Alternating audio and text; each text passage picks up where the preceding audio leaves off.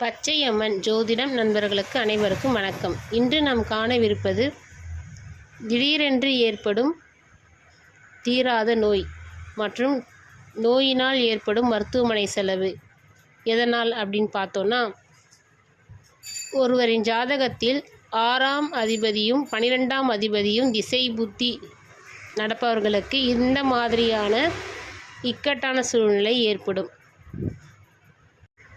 திடீர்னு நல்லா இருப்பாங்க, என்ன காரணமே சொல்ல முடியாது.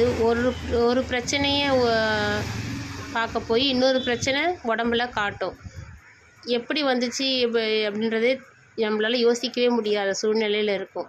அதற்கான நம்ம தீர்வு பார்க்க போய் ஹாஸ்பிட்டலுக்கு போய் நிறைய செலவாகி என்ன நோயினே கண்டுபிடிக்க முடியாத அளவுக்கு செலவுகள் ரொம்ப அதிகமாகி அந்த தசா புத்தி முடிகிற காலத்தில் முடிஞ்ச பிறகு அப்புறமேட்டு தான் ஒரு நோய் அந்த கட்டுக்குள் வர வாய்ப்பு இருக்குது.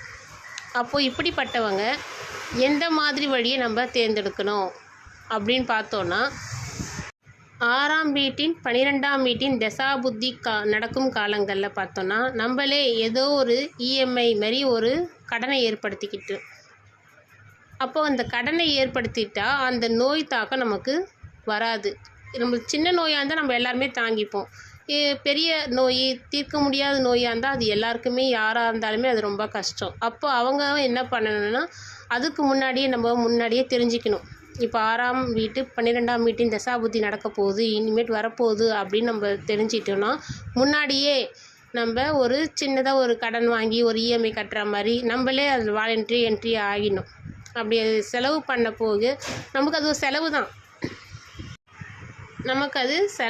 நம்ம இஎம்ஐ வாங்கி ஒரு கடனாக நமக்கு ஒரு கடன் அடைக்கிறது, ஒரு மாதம் ஒரு 2000 3000 கட்டுற மாதிரி நம்ம ஏற்படுத்திட்டோன்னா, இந்த மாதிரியான அந்த 6ஆம் வீட்டு அதிபதியும் 12ஆம் வீட்டு அதிபதியும் பலன் மாறி நமக்கு கொடுக்கும்.